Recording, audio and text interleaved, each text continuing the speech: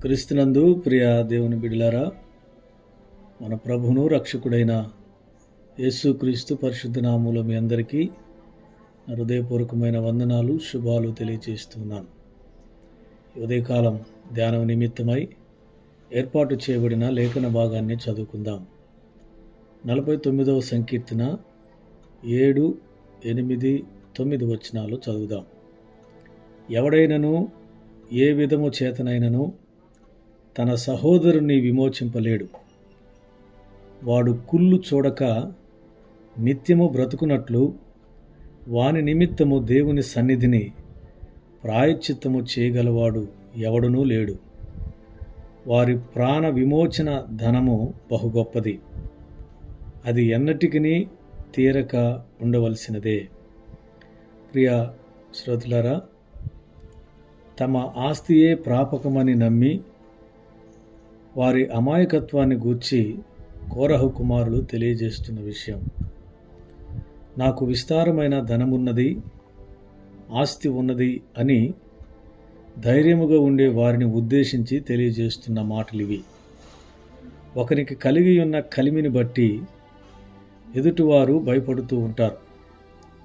కోరహు కుమారులు అంటారు, తమ ధన విస్తారతను బట్టి పొగుడుకొని వారికి నేనెలా భయపడవలెను?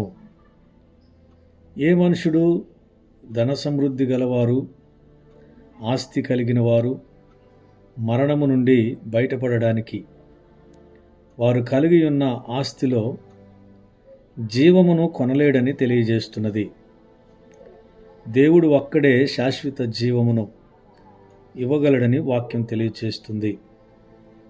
మరణము నుండి తప్పించుకోవడానికి ఈ భూ సంబంధమైన ధనం, ఆస్తిపాస్తులు కొంతమేర సహాయపడవచ్చునేమో కానీ పూర్తిగా అవి మనలను రక్షింపలేవు.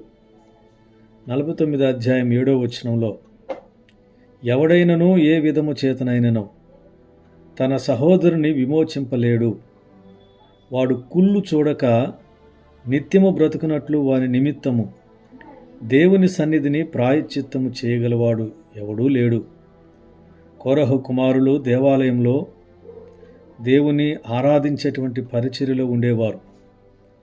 వారు ఎన్నో ప్రాయశ్చిత్త బలి అర్పణలు, ఎంతో విలువైన అర్పణలు అర్పించిన వారిని చూసిన వారు. ప్రాణాన్ని దక్కించుకున్నట్టుకు ఎంతో ధనమును వ్యయపరిచినటువంటి వారిని చూసినట్లుగా వీరు ఉంటూ ఉన్నారు. 9వ వచనంలో 49వ అధ్యాయం 9వ వచనంలో, వారి ప్రాణ విమోచన ధనము బహు గొప్పది, అది ఎన్నటికీ తీరక ఉండవలసినదే. ఒక వ్యక్తి ప్రాణ విమోచనకు మన ఆస్తి అంతయు కూడా చాలదు.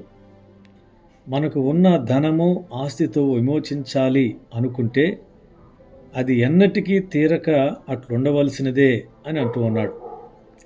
మనము విమోచించబడాలంటే, నిత్యము యుగయుగములు బ్రతకాలనుకుంటే మన ధనము, మన ఆస్తి అక్కరకు రాదు కానీ ప్రభువైన యేసుక్రీస్తును మన సొంత రక్షకునుగా అంగీకరించుట మాత్రమే అని దేవుని వాక్యం సెలవిస్తుంది. మనుషులందరి ప్రాణ విమోచన కొరకు కల్వరి శిలువలో ప్రభువైన యేసుక్రీస్తు తన ప్రాణమును అర్పించాడు. మన ప్రాణములు కుళ్ళు పట్టకుండా ఉండుట కొరకు ప్రభువైన యేసుక్రీస్తు ప్రాయశ్చిత్తార్థ బలి పశువుగా అర్పింపబడ్డాడు. పాతాళములో నివాసము లేనివానిగా, ధన సమృద్ధి ఏదీ లేనివానిగా, స్వరూపమును కోల్పోయిన వ్యక్తిగా ఉండకుండా మన ప్రాణములను తప్పించు యేసుక్రీస్తును సొంత రక్షకునిగా అంగీకరించి ఈ లోకములో అణకువతో, విధేయతతో దేవుని భయము కలిగి జీవించుదుముగాక. దేవుడిచ్చిన ఐశ్వర్యమును, దేవుడు అనుగ్రహించిన ధనమును, ఆస్తిని బట్టి స్వాతిశయమును మానుకొని కృతజ్ఞత కలిగి మనము జీవించుదుముగాక. మైకేల్ జాక్సన్ ప్రపంచంలోనే పాప్ స్టార్. 150 సంవత్సరాలు బ్రతకాలనుకున్నాడు. అందుకు తగినట్లుగా ధనాన్ని సమకూర్చుకున్నాడు. మైకేల్ జాక్సన్ ఒక డాక్టర్ టీము ఏర్పాటు చేసుకున్నాడు. మరియు ఆర్గాన్స్ ఇచ్చే డోనర్స్ని కూడా ముందుగానే సిద్ధపరచుకున్నాడు. ఏ అవయవమైనా పాడైపోతే వెంటనే దానిని మార్చడానికి అవయవ దానం చేసేటువంటి మనుషులను కూడా తన వెంట ఉంచుకున్నాడు. మైకేల్ జాక్సన్ ధనము ఉంది, ఆస్తి ఉంది, పేరు ప్రతిష్ఠితులున్నాయి. అయితే 50 సంవత్సరాలకే నిద్రపోతున్న మైకేల్ నిద్రలోనే తన ప్రాణం విడిచాడు. తన ధనము అక్కడికి రాలేదు. ప్రభువును అంగీకరించకపోయి ఉంటే పాతాళానికి చేరి ఉంటాడు. ప్రియా శ్రోతలారా, అక్కరకు రాని ధనం, ఆస్తిపై మనసు ఉంచక నిత్య జీవమును అనుగ్రహించే యేసును సొంత రక్షకునుగా అంగీకరించి నిత్యత్వంలో యుగయుగములు దేవునితో ఉండే ఆ భాగ్యం భూమి మీద ఉండగానే సిద్ధపరచుకుందుముగాక. అట్టి కృప పరిశుద్ధాత్మ దేవుడు మనందరికీ అనుగ్రహించునుగాక. ఆమెన్. ప్రేమ కలిగిన తండ్రి, పరిశుద్ధుడా, నీకు వందనాలు. మరొకసారి మీ పాద సముఖానికి వస్తున్నాం. మమ్మల్ని అందరినీ విమోచించుట కొరకు, నీతో కలిసి పరలోకమందు ఉండుట కొరకు, ఆ నిత్యత్వములో యుగయుగములు మేము నీతో సంతోషించుట కొరకై నీ ప్రియ కుమారుడైన యేసు క్రీస్తును ఈ లోకానికి మీరు పంపించారు.